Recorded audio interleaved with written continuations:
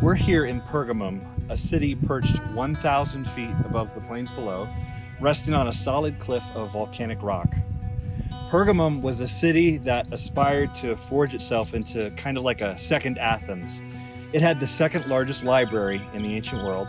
It was such a threat to the library at Alexandria that Egypt stopped sending out papyrus, so the citizens of Pergamum actually just switched to parchment instead. In fact, the root of that word, parchment, means of Pergamum. It was home to the tallest theater in the ancient world, with acoustics so perfect that even to this day, an actor whispering at the stage below could be heard all the way to the top.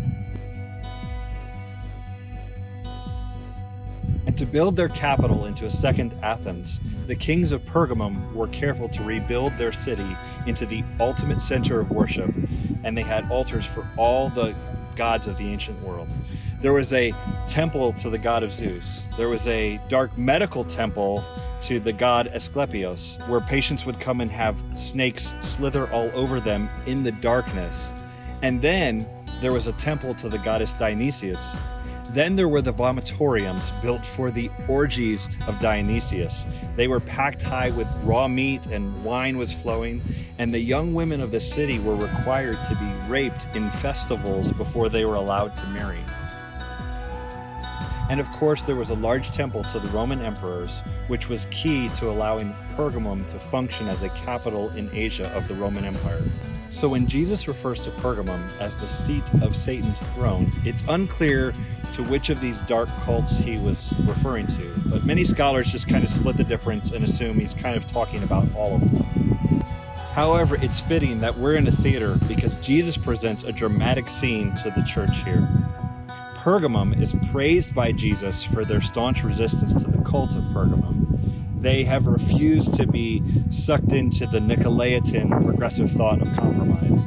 They actually stood so firm that one of their stalwart bishops here was a guy named Antipas, and he was murdered publicly in a sacrifice to the pagan gods here.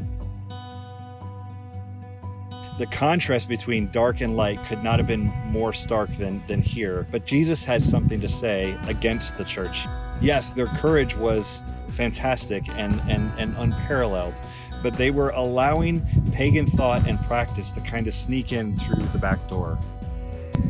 Jesus compares some of the false teachers in Pergamum to Balaam, the Old Testament shaman who failed to challenge Israel directly because they were too strong for that. So in order to still earn his king's ransom, Balaam tried to sneak trouble in through the back door of Israel. Jesus is not exactly being specific about which sins are sneaking in covertly, and in a city like Pergamum with all sorts of stuff going on, it's hard to know exactly what he meant.